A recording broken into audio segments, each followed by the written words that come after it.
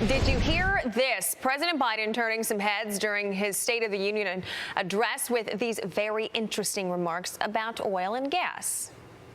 Have you noticed big oil just reported its profits, record profits? They invested too little of that profit to increase domestic production.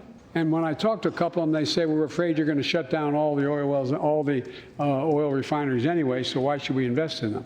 I said, we're going to need oil for at least another decade. And that's going to exceed and beyond that. We're going to need it. Fox News contributor Joe Concha joins us now. Joe, what an odd line. 10 more years. He sort of upset literally everyone, from the radical environmentalists who want oil gone yesterday to the oil companies themselves, who they need a little bit more than a 10-year window if they're going to start drilling once again in the United States. And Todd, actually, I'm confused because 5 years ago we were told that the world was going to end in 10 years because of climate change as a result of all this drilling. I would say the fact checkers would be all over this farcical claim, but they're on a 4-year spring break right now, right? Look, here are the facts. The Biden administration has canceled oil and gas leases off the Gulf Coast, off of Alaska. They stopped the expansion of the Keystone Pipeline on day one, stopped drilling in ANWR in day one. That's in Alaska. So it's not surprising that Joe Biden is gaslighting on energy here, because that's kind of been a thing throughout this presidency. Well, and not to move on too quickly, but I know you are going to have a lot to say about this one. Yes. The mainstream media didn't hold back their praise for the president while trashing Republicans during their coverage last night. Listen to this. All right.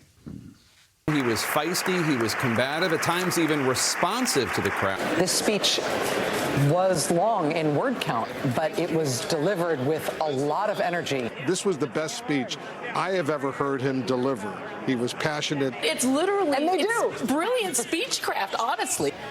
His Republican Party does not want to recognize how democracy works. The president was heckled quite often and quite rudely by many of the same House Republicans who made the speaker's life so difficult a month ago. So when he said feisty, I feel like he was just yelling at us again.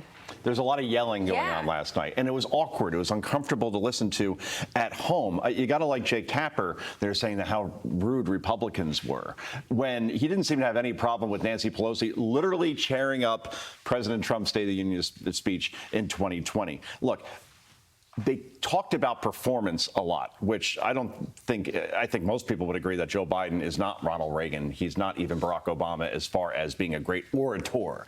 However, you got to look at the content and the lack thereof on so many issues that are affecting this country right now.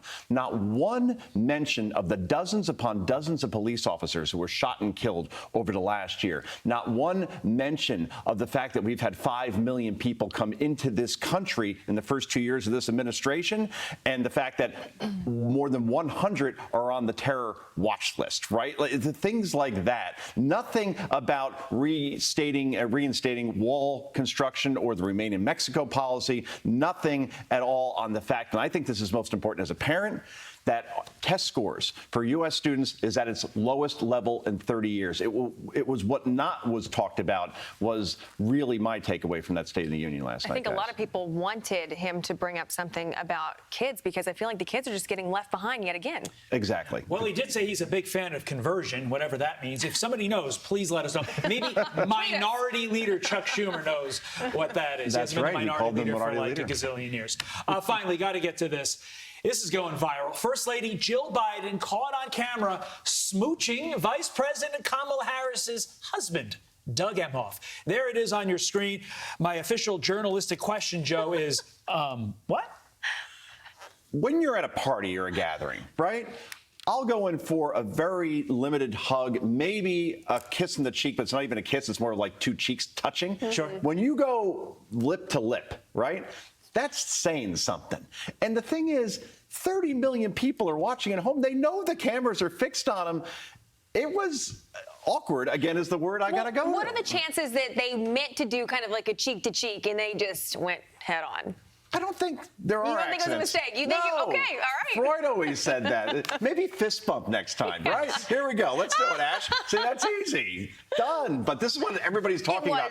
That's the funny thing about these State of the Unions. It's all sound and fury, signifying nothing. And in the end, you go to social media, and that's the thing that everybody wants to talk about. I'm not getting a fist bump from you. I want my weekly kiss from you. I don't care if it's awkward. Wow. We'll call this segment First Base with Todd Pyler. Joe, lots of luck in your senior year. Mwah. Take care.